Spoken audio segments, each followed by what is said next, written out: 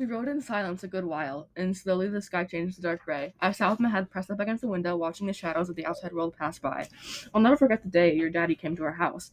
I lifted my head off the window and looked at Matthew. My daddy's been to your house? Why? When? Back when Auntie Mama got her first wheelchair. Georgie told your daddy about how she couldn't get in the house without being lifted, and he came over that weekend. He sure did. I didn't know that. Yep, him and Georgie showed up with a whole truckload of wood from the old gym floor. Remember when they tore that up? Anyway, it was a cool ramp. Shoot, Filet Gumbo loved it more than anybody. Filet Gumbo?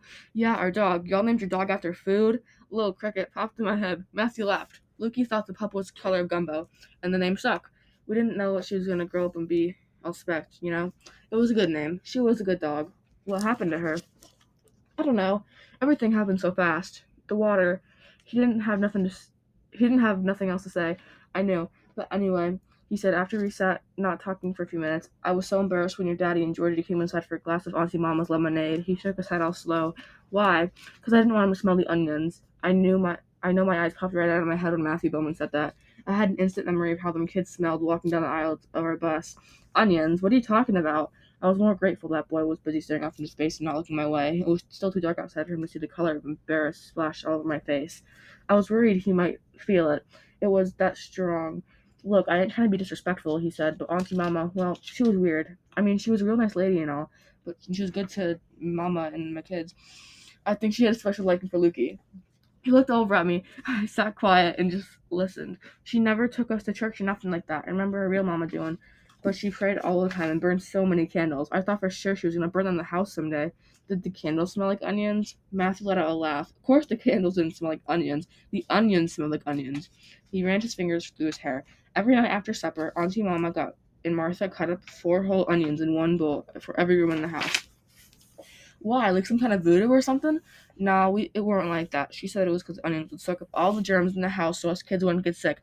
I wanted to say, oh, that's why y'all had that smell, but I didn't. I just said, are you serious?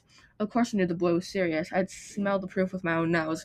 Yeah, Martha came home from school one day crying her eyes out, saying the teacher pulled her out in the hall to tell her needed to bathe more. Told my sister she stunk. Martha cried herself to sleep every night for a week. I swallowed the lump in my throat. I wanted to pull that teacher into the hall and tell her Martha took a bath every single night and every single day, and she should apologize. But Auntie Mama told me to let the universe take care of that heartless woman. Matthew's voice took on the sound of remembering. All I know is we never got sick, not one time ever. Matthew, I started to say, but then I heard Mima whisper, there's no need, child, let it be. It's all right, he said. Some people are just uncaring, you know? You know what I'm saying? Yeah, I said. I heard the flip of the mirror, and the lower half of Miss Priscilla's face lit up. How y'all doing? We're good, Miss P, Matthew said. How? I cleared my throat. How much longer till we get there? Oh, it's gonna be a good while, honeybee. Miss Priscilla's lips set up in the mirror.